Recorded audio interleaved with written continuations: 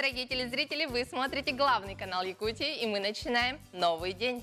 Всех с началом новой недели, а жителей Якутска с первым снегом. Сегодня на календаре 5 октября, понедельник. Самый лучший день, тот самый день, когда нужно начать все, что вы планировали. Только сегодня, никаких завтра. А прямо сейчас прогноз погоды. По данным Якутского управления по гидрометеорологии и мониторингу окружающей среды, в центральных улусах в 6 часов утра температура воздуха составила 0-2 градуса. Днем потеплеет до 5 градусов выше 0. В Заречье 0-5 утром, плюс 3-6 днем. В южной группе улусов 4 градуса ниже 0 в 6 часов утра. Днем потеплеет до 4 градусов. В Вилюйской группе улусов -2 плюс 1 в 6 утра, днем плюс 4 плюс 6. В Нижнеленской группе улусов 0 плюс 1 утром, плюс 2 градуса днем. В западной группе улусов плюс 1-3 утром, днем плюс 3 плюс 6. В Колымо-Индигирской группе улусов 1-5 градусов ниже 0 в 6 часов утра и 0 плюс 5 днем. В Янских улусах 0-2 утром, днем до 3 градусов тепла. В северо-западных улусах -5 плюс 1 в 6 утра, днем -2 плюс 3. В городе Якутске в 6 часов утра температура воздуха составила -1 градусов. Атмосферное давление 755 миллиметров ртутного столба, ветер юго-западный 3,8 метров в секунду. Днем ожидается плюс 4-6 градусов выше 0.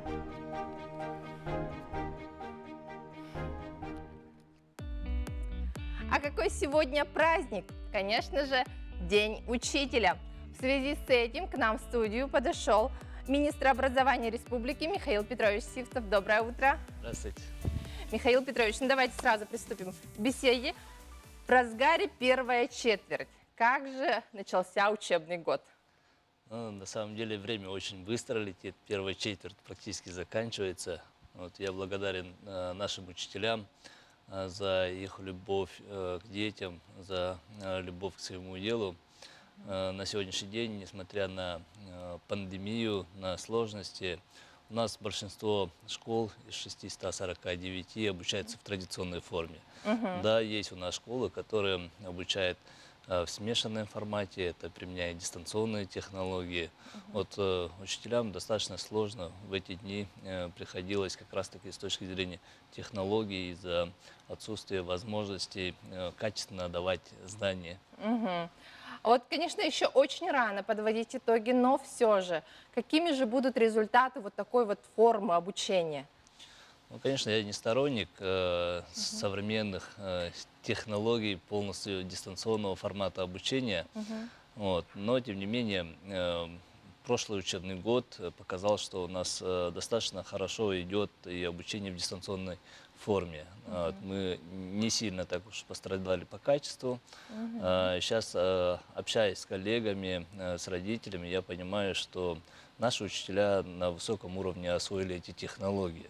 Поэтому особых рисков говорить о том, что у нас качество сильно пострадало, нет. То есть наверняка это можно судить по количеству, качеству поступивших, да, наших абитуриентов. Конечно, Есть да. какие вот результаты, можете нам рассказать, какие были? Я вот хочу привести пример по единому государственному экзамену. В прошлом году у нас было 19 стабальников, в этом году больше 30. Вот, конечно, это, наверное, дополнительные дни, время на подготовку, но тем не менее, это же ведь говорит о том, что система образования, она сама по себе перестроилась, и наши дети уже достаточно самостоятельными стали. Все это новые как раз направления, которые мы активно реализуем в школьное время, то есть в рамках образовательных программ. А вот образование – это та стезя, которая должна идти в ногу со временем, не отставать ни на шаг, ни на полшага, да? А какие же проблемы у современной школы, которые самые животрепещущие, на ваш взгляд, которые надо решать? Ну, с точки зрения идти в ногу со временем, все учителя и учитель вообще как профессия, она очень творческая. Все учителя постоянно в поисках новых подходов. Вот.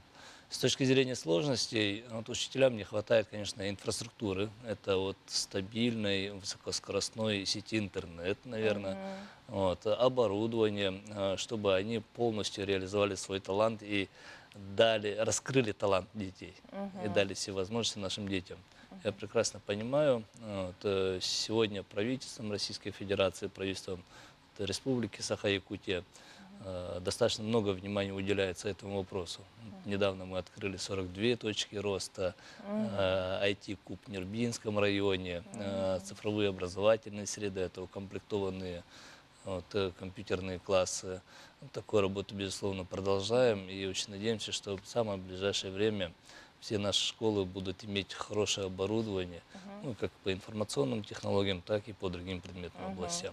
Ну и, конечно же, в этот праздничный день мы ждем от вас слова поздравления, пожелания. Дорогие наши учителя, дорогие мои учителя, всем вам самого прекрасного в этот день. Учитель – это тот человек, который дает всем нам самые главные знания, мудрость жизненную. Учитель – это тот человек, который причастен к нашим первым победам. Все мы родом из детства, все мы через школу прошли. Поэтому каждому из вас, каждому нашему учителю я желаю крепкого здоровья, больших творческих побед, чтобы тысячи и тысячи благодарных учеников всегда радовали вас своими улыбками. Спасибо большое, Михаил Петрович. Мы вас тоже поздравляем с этим праздником. Желаем вам успеха в работе. Дорогие телезрители, мы продолжаем наш эфир. Далее предлагаю послушать теплые слова поздравления наших горожан всем, кто выбрал эту непростую профессию учитель. Поздравляю вас, Татьяна Власина, с Днем Учителей. Желаю вам самого лучшего. Прежде всего учителей своих детей, очень хорошие учителя. Всем желаю, конечно, окончания этого карантина. С Днем Учителя, Иван Николаевич! С Днем Учителя Виктория Михайловна и Христина Ивановна. Поздравляю всех учителей с Днем Учителя, чтобы они хорошо учили учеников, и я их поздравляю. От всей души поздравляю всех учителей, желаю всем здоровья, долголетия и всего-всего самого хорошего. Поздравляю, желаю терпения, потому что особенно в Ледиканской школе сейчас 2 смены. И желаю, чтобы они там держались. А теперь давайте послушаем, что же нашептали нам звезды, гороскоп на эту неделю.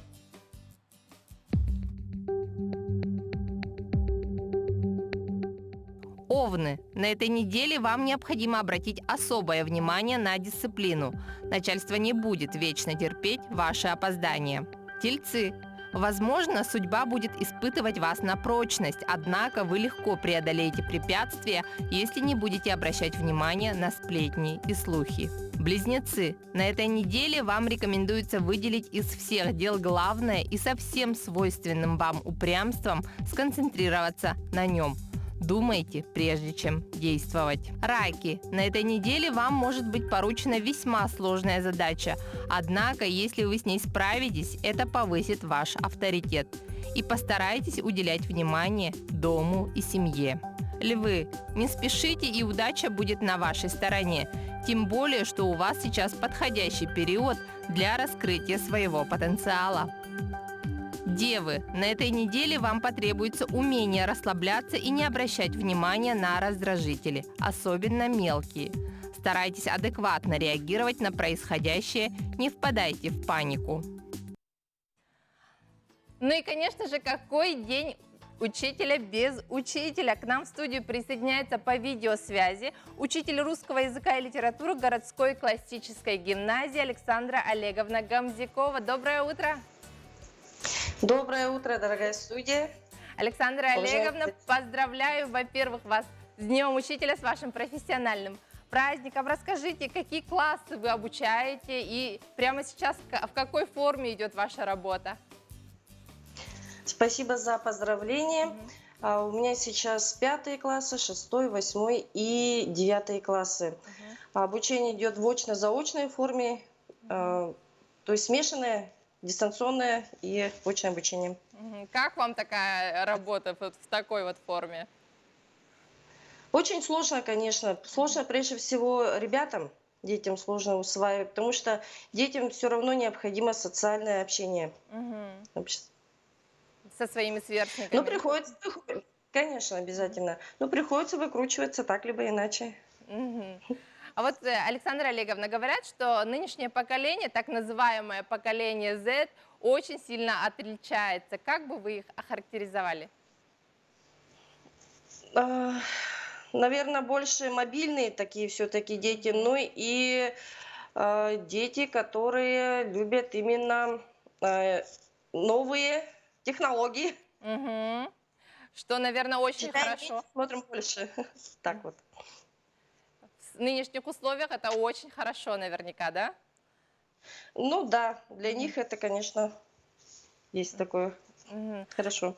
Александра Олеговна, вот скажите, почему вы выбрали вот эту нелегкую, непростую профессию? Если повернуть время вспять, вы бы повторили свой выбор? Да, наверняка бы повторила, потому что все-таки с детства уже играла именно в учителя. Учила кукол, Мгм. игрушек всевозможных, ну и потом дворовых ребятишек приводили ко мне, я их рассаживала и учила. Мгм. Видимо, было предопределено с детства. Мгм. То есть все-таки надо следить за своими детьми, да, внимательно изучать, во что они играют. Да, это ранее такое профессиональное ориентирование. Мгм. А скажите, а вот одним из главных качеств хорошего педагога является умение заинтересовать своим предметом. Как вам это удается? Есть ли какие-то секреты? Секретов абсолютно нет. Здесь, наверное, все-таки такой момент, что интерес к предмету приходит через учителя, через доброе отношение к детям. Мгм. Вот так вот.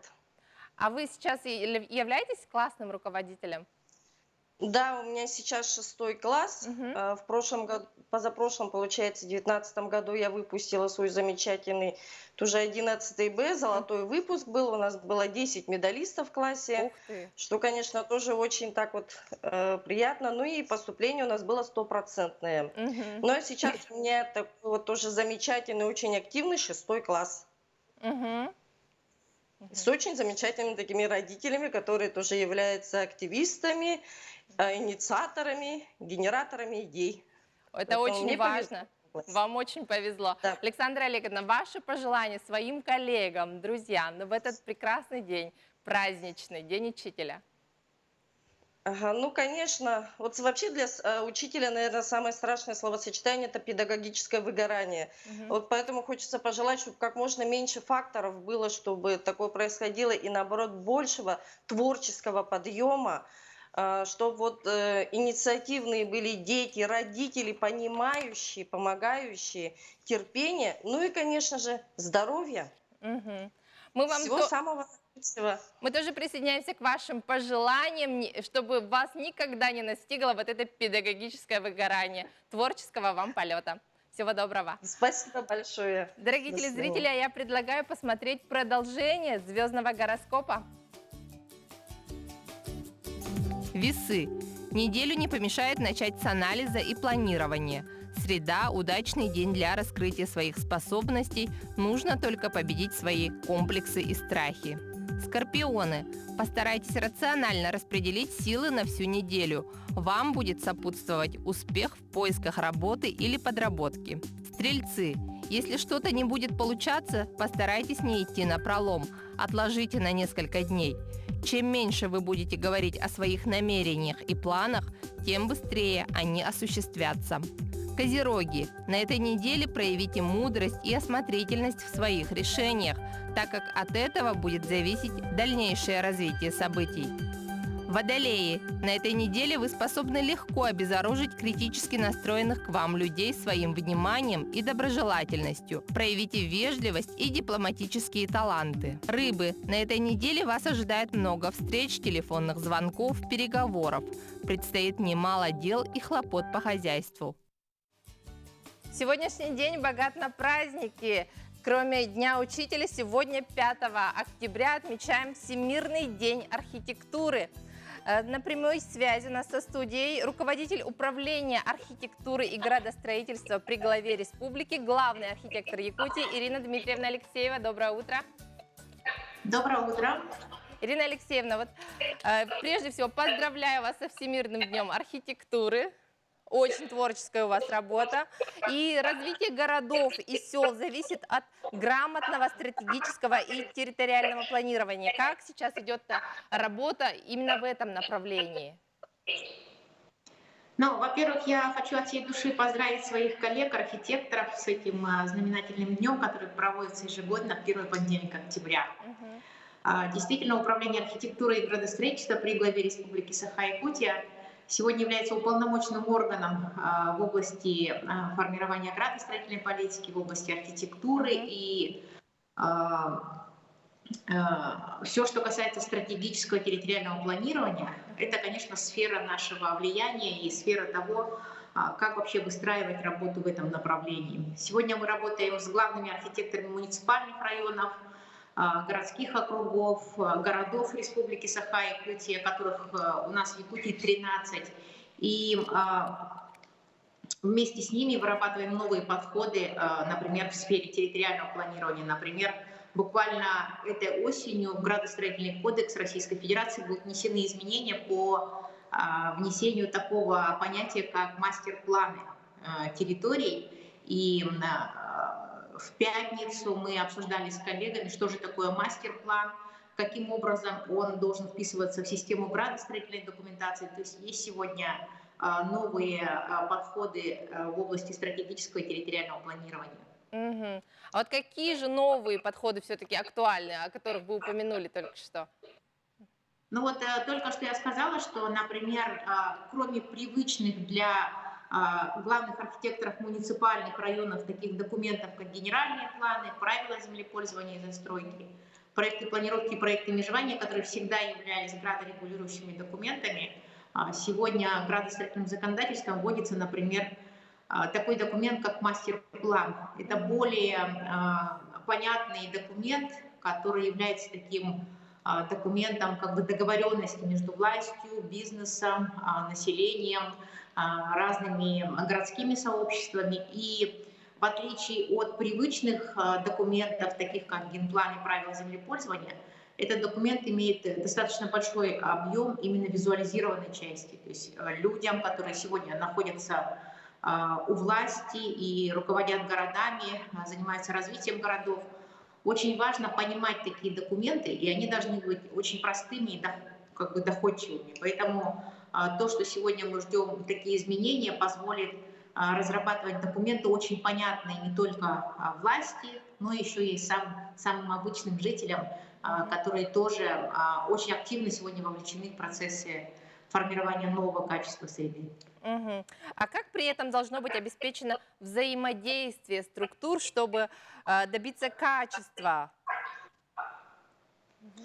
Ну вот смотрите, сам процесс проектирования, он на самом деле занимает очень маленький цикл. То есть то, чем занимаемся мы, архитекторы, это планирование, архитектурно-строительное проектирование, это только часть так называемого жизненного цикла объектов. Дальше вступает в силу процесс строительства, а дальше уже объекты сами живут по себе, и в совокупности они составляют ту среду, в которой каждый человек живет и воспринимает свою среду, свое окружение таким, каким он видит его каждый день. И качество среды, которое окружает каждого из нас, конечно же, зависит от того, как мы наладим взаимодействие, потому что мало иметь хороших архитекторов, мало иметь грамотных профессиональных проектировщиков, мало даже иметь хорошие строительные компании, подрядные компании, которые качественно смогут реализовать эти проекты. Очень большая часть как бы нашей жизни зависит от того, как все это будет в последующем содержаться, эксплуатироваться, потому что, во-первых, на это нужны дополнительные средства на содержание, во-вторых, это нужны тоже новые подходы, и, например, управляющие компании, которые занимаются жилыми домами или любые структуры и ведомства, которые ведут эксплуатацию содержания там, офисных зданий, или сами люди, которые эксплуатируют свои здания. Это, конечно, достаточно серьезная сфера, которая сегодня, к сожалению, иногда бывает немножечко как бы такой отставлен в сторону. Да. Из-за этого мы и видим, что у нас в городах появляющиеся объекты могут прийти в запустение или, например, общественные пространства, сферы могут остаться без должного внимания. Поэтому очень важно взаимодействие, да, всех структур, чтобы все-таки наш город выглядел красиво. Да? А как формируется вот этот архитектурно-градостроительный облик городов и сел? Как он формируется? И в чем роль архитектора? Действительно, вот здесь как раз в самом облике, в архитектурно-градостроительном облике особая, конечно, роль принадлежит именно архитекторам. Потому что то, как выглядят наши города, зависит, не всегда, конечно, от архитекторов, потому что многая часть объектов сегодня строится самими людьми. Например, частный жилой фонд – это зона ответственности самих людей, но если людям не помогать, если людям не показывать, какими могут быть сегодня дома, как их можно обустраивать, где можно взять красивые, качественные аналоги таких проектов, конечно, люди будут строить так, как им это видится. Именно в силу этого еще более важно нам, архитекторам, усиливать, повышать свои компетенции, постоянно быть на гребне прогресса. То есть архитектура – это же всегда видение вперед, и если мы не дадим обществу то, как формировать этот облик, то, как будут наши города выглядеть, к сожалению, все это будет выглядеть не очень хорошо. Поэтому я призвала своих коллег, архитекторов, особенно молодых архитекторов, сегодня повышать свои знания, постоянно учиться, быть на контакте с нашими коллегами из разных городов, не только России, но и мира, и идти в ногу со временем. Спасибо большое, Ирина Дмитриевна. Мы вас поздравляем со Всемирным днем архитектуры.